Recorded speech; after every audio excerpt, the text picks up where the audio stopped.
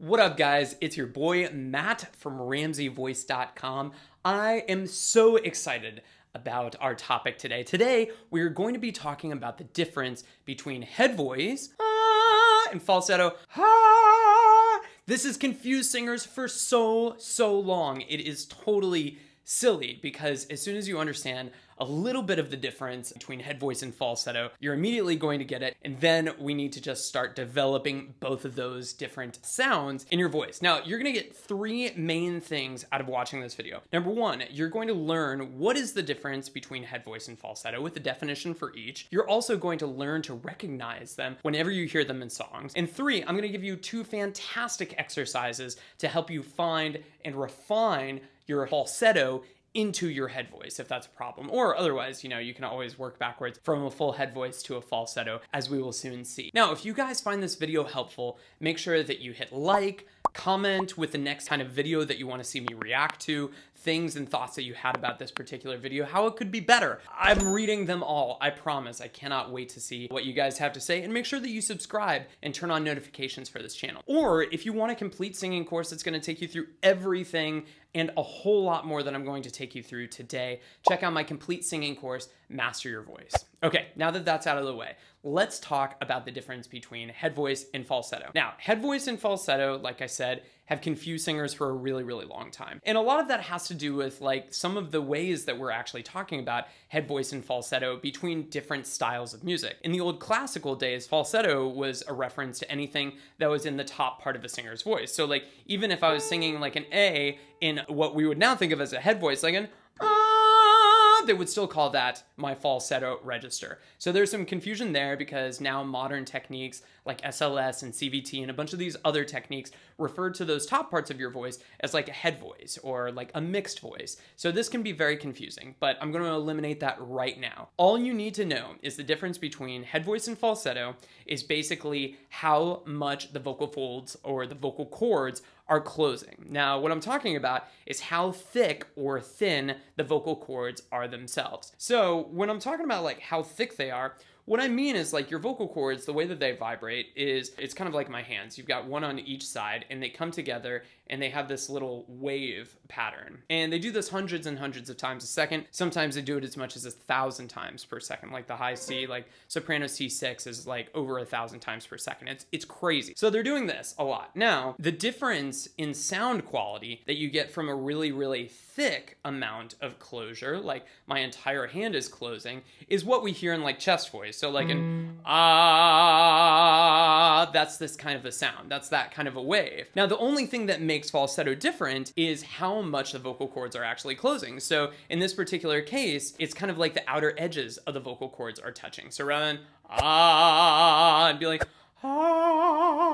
it's just kind of the outer edges. So a big difference between chest voice and a lot of people's head voice is thick chords versus thin chords. But the difference between specifically head voice and falsetto is with head voice, rather than it being an and just bashing my chords together, that's more of a belt. Instead, I'm getting part of the vocal cords to come together an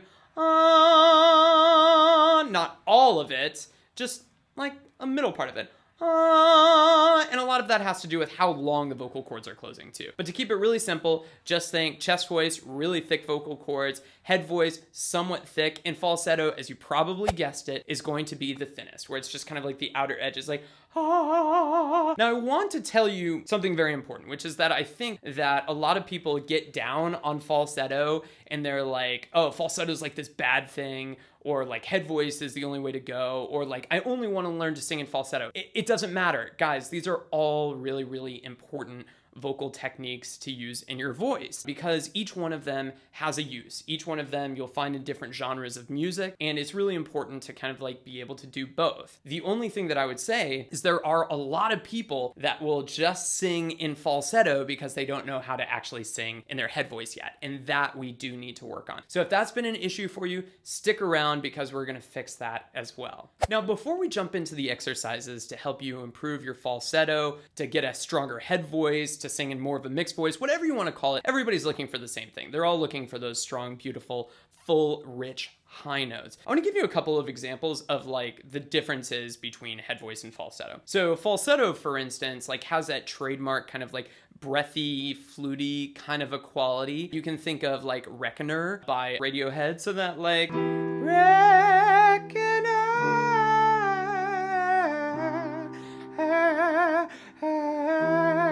it's just all airy. It's just all very breathy. And there's not a whole lot of real voice there. And you could oppose that to like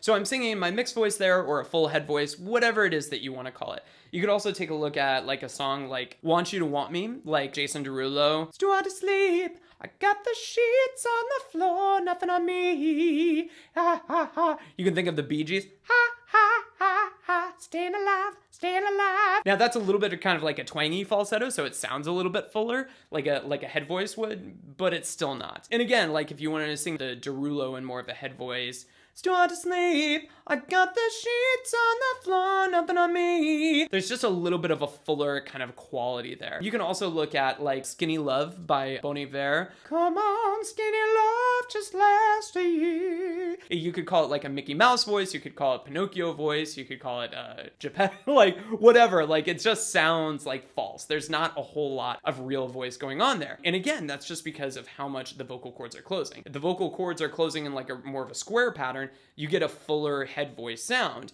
And if it's just kind of the exterior edges of the vocal cords, then you're going to get more of that kind of falsetto-y kind of a sound. And to look at the Bon Iver version, you could say kind of like in more of a head voice, come on, skinny love, just last a year. Now I want to point out something again. There's nothing wrong with either one of those sounds. I can totally agree that falsetto sounds way better in Bon Iver's songs than singing in a full head voice. However, there are a lot of songs that you really, really do want to learn with a full head voice on. For instance, like it would be kind of weird if I sang like Sam Smith, oh, won't you stay with me? It would just sound really silly and really like, you know, false, like falsetto. So instead, you know, you want to get that, oh, won't you stay with me? You want that fuller kind of a head voice sound. So if that's something that you've been struggling with, I'm going to give you some great exercises to help you fix that right now. Now, the first thing that you need to know before we jump into these exercises is there's two main reasons why somebody is going to go to falsetto in the first place. I would say, just to be overly simplistic here, you can say that the first reason is because people are backing off too much. Oh, won't you stay? They're not actually pushing in a whole lot of real voice into that top note, and that's why it's really flipping. You could also say that another reason that a lot of people go to falsetto, or a reason that they sing in falsetto rather than a full head voice, is because they're pressing too hard. Oh, won't you stay? And then their voice flips into falsetto. So again, it's like they're kind of muscling up until they can't anymore. So it's really important that you kind of understand which one applies to your voice. And I'm actually going to give you some exercises to solve for each one of them. So let's say that you're like backing off like a little too much. In other words, you're, oh, won't you stay? You're just kind of giving up. You're just letting it happen. One thing that you can find that's really helpful is, and you've probably seen this in my other videos, is like a Bratty kind of sound. In this particular instance, I'm going to give you a Bratty neigh, and I'm going to do it on an octave repeat scale. This is a very, very common scale. You'll see this all the time, but basically you're going to walk up, repeat the note 4 times and come back down. Guys, I'm gonna go ahead and start off with you right here. We're on an F sharp on top, so it's gonna be like a neigh, neigh, neigh, neigh, neigh, neigh, neigh, neigh, neigh, neigh, coming down. Neigh, neigh, neigh, neigh, neigh, neigh, neigh, neigh, neigh, neigh. Neigh, neigh, neigh, neigh, neigh, neigh, neigh, neigh, neigh, neigh. Now notice on none of those did I completely back off. I wasn't neigh, neigh, neigh, neigh, neigh. I neigh, neigh, neigh, neigh, neigh, neigh, neigh. I focused on that Bratty sound, and what that Bratty sound is doing, in case you're curious, is that Bratty sound is basically bringing the vocal cords together so that they are closing a little bit tighter. To go back to our example earlier of like square versus kind of like thin, you could say that this Bratty sound's kind of in the middle. It's thin-ish, it's thin enough to help you get up to the high note, but it's also bringing the chords together tightly, which allows it to sound a little bit less Bratty. And with enough time, you can turn that that ugly sound into a nay, nay, nay, nay, nay, nay, nay. But if that's hard for you right now, do not panic, do not worry. Just use that Bratty sound for a little while and you'll be amazed at how much better it sounds. Let's go ahead and do the ladies now. Ladies, we're gonna start around an A4. So again, walking up to the top note, repeating it 4 times like this. Nay, nay, nay, nay, nay, nay, nay, nay, nay, nay. Nay, nay, nay, nay, nay, nay, nay, nay, nay, nay.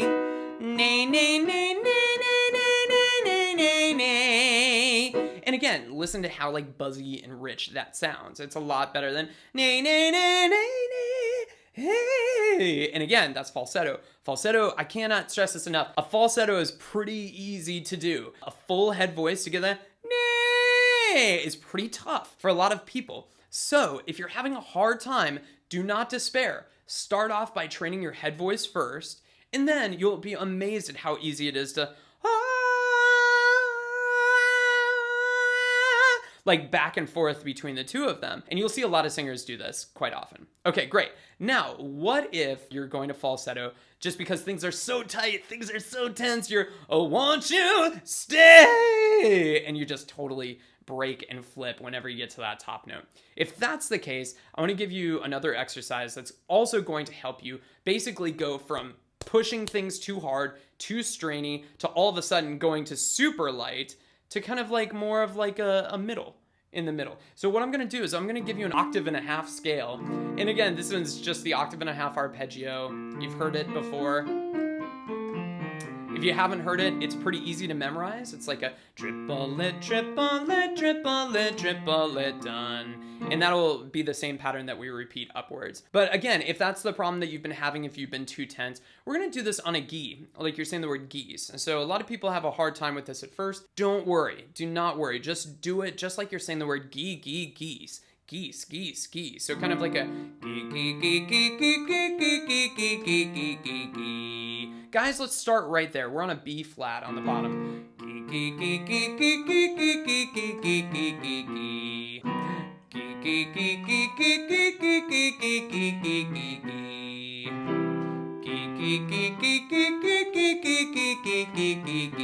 And again, this is really important that you're not just squeezing into those top ones at the top. Just allow them, go geese, geese, and just kind of allow that sound in like a and you'll be amazed at how much better that gets. Now, ladies, let's do the same thing in F3 on the bottom for the ladies. So it's gonna be like a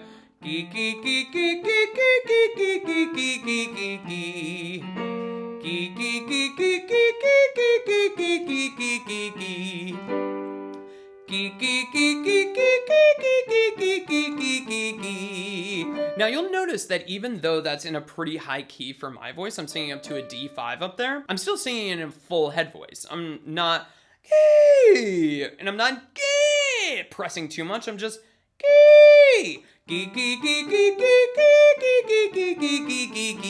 and that is so important to begin developing that spot in your voice where it's like, rather than going from like super thick vocal cords to like super thin vocal cords, to finding a place in the middle so that you can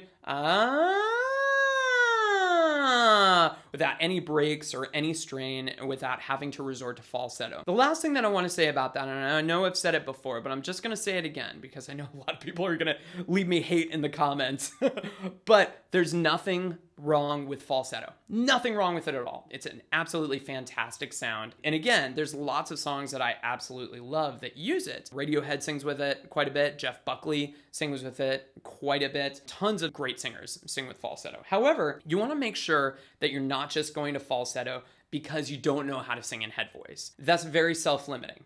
And why I say that is because, like, if you're starting to sing upwards, like on an you're gonna hit a point where you literally cannot breathe any more air up there. But if you sing it with more of a full head voice, like an you can take that up pretty high in your voice because there's some connection, there's some actual vocal cord being used there. Guys, I hope you found this video really helpful. Do not forget to like, comment with the next kind of video that you want to see me do, subscribe, turn on notifications for this channel for lots of other great singing tutorial stuff, and I will see you guys next time.